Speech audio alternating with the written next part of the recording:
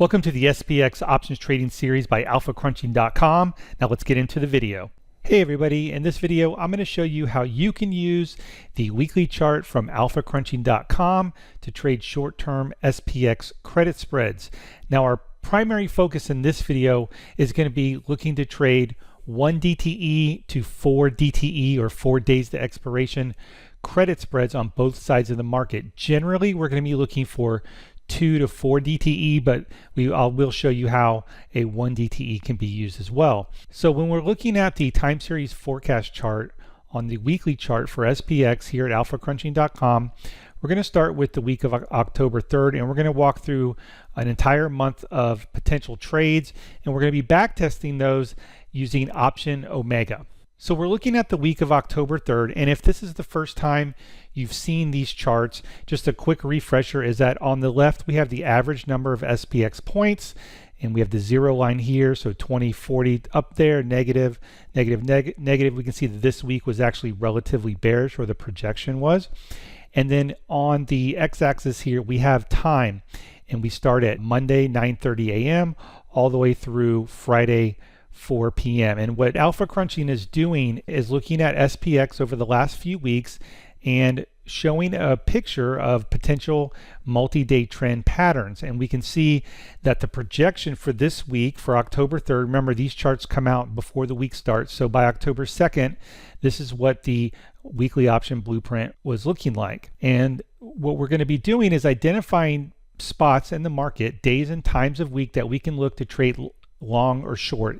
In this case, we're looking at Monday around 10, let's call it 10:30 a.m. We notice that there tends to be a bearish move all the way into Tuesday and potentially Wednesday. So this would be good for a 2-day credit spread, and we'll look at that in a second. Normally I like to try to do more than 1 day, but there was actually an average significant move between Tuesday afternoon and Wednesday. So we could look at a 1 DTE put spread or selling puts, because when we look we can see we have negative 60 points and there was a move back up to negative 20. So this is a 40-point move, and if you can catch a 20, 30, 40-point move over the course of a few hours or a day, you can actually do pretty well. So this might be worth taking a 1 DTE trade. And then from Wednesday afternoon on, it tended to be pretty bearish. So this week is actually giving us potentially 3 multi-day trades. So I've taken these points in time for that week and I've marked them here on the chart, and we can see I've marked this particular day and time. That was Monday morning, Tuesday afternoon, and then Wednesday afternoon. So we're going to go short, long, short, and then I've back tested those in option Omega and printed the results here. So on Monday morning, we went into the back tester and went ahead and took a 4-day to expiration trade. That means these options would be expiring on that particular Friday. And here's what that looks like. We sold a call about a delta 48. Now, for illustration purposes, I'm basically just selling an at the money credit spread. So I'm not really, selling far out of the money and using stops. I really just want to do short illustration of how this can work in your favor. So I sold a slightly out of the money call, delta 48. I bought a call just above it, 5 points higher. And this creates the call credit spread with 4 days to expiration. I opened that trade at 10:30 because that's what time this little sort of peak there was, around 10:30 a.m. And we just sold 1 contract, and I was able to get a credit of about $249. And then 4 days later, this actually expired worthless. So I'm not doing any management here, and I'm not recommending that you don't use any management. I just want to illustrate how alpha crunching can help you just stay on the right side of the market. So there's plenty of things you can do with selling farther out of the money and taking profits, and we'll look at a little bit of that.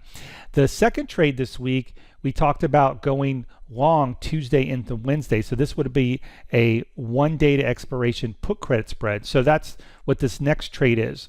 We notice that we're selling a put at delta 48, again, just right at the money, 1 day to expiration.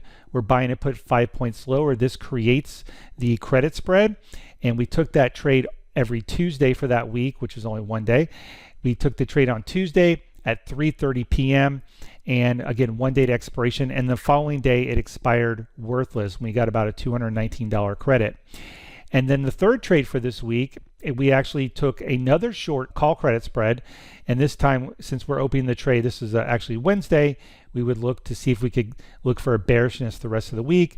And if we scroll down, this is what that trade looks like. Again, we sold a call credit spread with 2 days to expiration right at the money.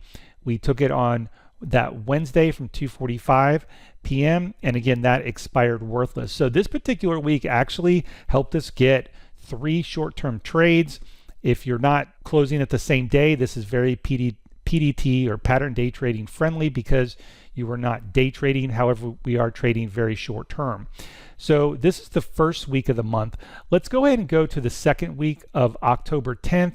And for the sake of time in this video, I went ahead and screenshotted the blueprint out for the week, and I identified a couple spots that I thought would be worth taking. So first, we have that the following week, we still have that general downtrend from Monday to Friday.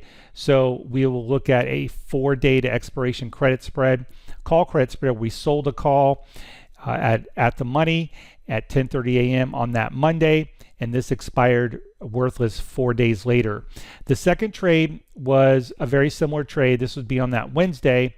I didn't really think it was worth the 1 DTE because when you start getting to this kind of choppiness here, it can be very sort of more random. So this wasn't worth taking that 1 DTE. Again, I'm really trying to look for 2 DTE and higher for that week with 4 DTE at the max. So we took a trade here in the backtester. We sold another call spread at the money on Wednesday at 1:15, and this expired worthless as well. So this was another good week for the Alpha Crunching weekly options blueprint.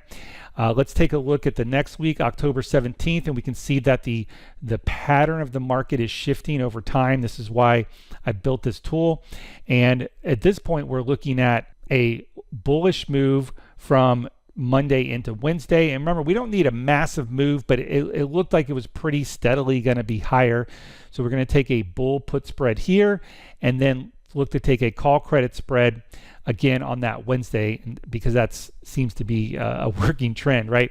So the first trade again was Monday at 12:15, and we are selling an at the money put credit spread. This expired worthless 2 days later. The second trade, we were taking a call credit spread, and you'll see that this call credit spread actually lost money. Selling an at the money call credit spread that Wednesday at 3 actually expired in the money. This was a max loss, and this is where you get into your own risk management and trade management. And I didn't want to get too much into that in this video, but I do want to point out that I went into the back tester and I took the exact same trade, that exact same Delta 48 at the money call spread at 3 p.m. on Wednesday. I did the exact same trade, but this time I actually took profits at 50%, and that actually worked out. So there's a little bit more work to do, or understanding of taking profits and that type of thing, or maybe selling a little bit farther out of the money. So, you know, again, not a recommendation to always just trade right at the money. You can do that because you're going to see that we do have a lot of winning trades. This actually turns out to be pretty accurate. But if you're a little bit more conservative and you wanted to take partial profits over the course of the trade, this actually would have worked out in your favor. Had you done that with this trade, again, you would be cutting your profits short, but you would have had 2 winners by taking profits early in this particular week. So, you know, a little bit outside the scope of this video, but I wanted to point out that a little bit of trade management and risk management can actually go a long way. Let's look at the week of October 24th. I mean, look at this. This is crazy. This is a very choppy week. We know how volatile it's been. These large spikes up and down, this is averaging the gap data, or the gap between Tuesday's close and Wednesday's open. I'm sorry, this would have been Monday's close and Tuesday's open.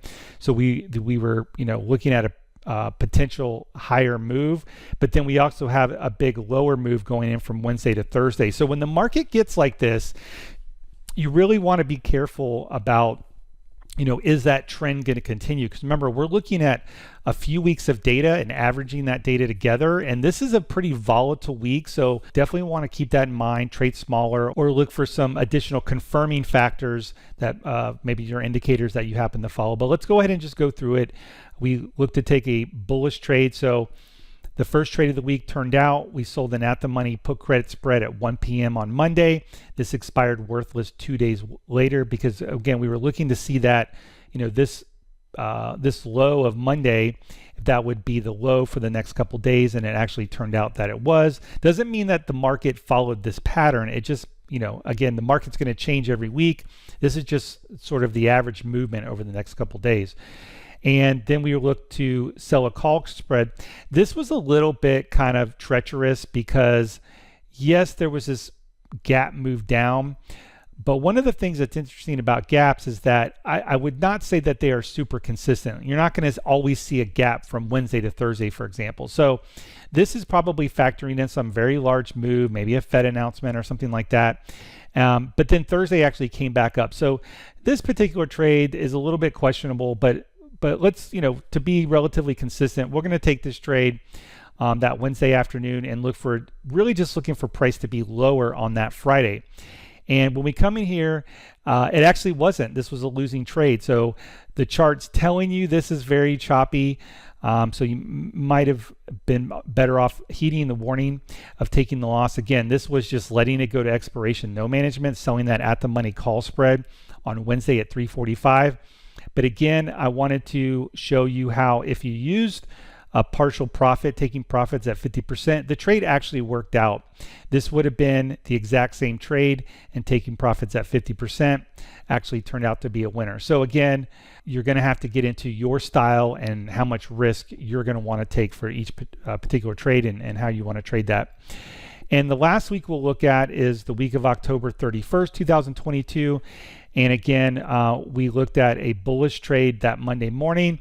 And this is a very choppy week. It had a, somewhat of a slant downward. So I went ahead and took a trade here as well. Let's take a look at those. Monday at the money put credit spread, 9:45 a.m. on Monday. That expired worthless 2 days later. So that was a winner. And then we look at the Tuesday trade. I did a 2 DTE on Tuesday because if you look at this particular move down to Thursday, that was sort of the move I was trying to catch. Could you have done 3 DTE? Yeah, but I went ahead and just did 2 DTE. So if this was opening the trade on Tuesday at 12:30, these options would be expiring that Thursday 2 days later, and you can see that they expired worthless and without any kind of management. So that was the month of October for 2022. We tried to generate 1 to 2, maybe 3 trades a week if the volatility is there, and using some relatively aggressive credit spread trading, which also reduces your risk because your max loss is less. And I just wanted to illustrate how you can use this weekly chart from alphacrunching.com. And the charts are available before the week starts. So again, for the week of October 3rd, this chart would have been available on October 2nd. And that's true for every week. We update the charts each week. So I hope it helps. Thanks for watching, and we'll see you in the next video.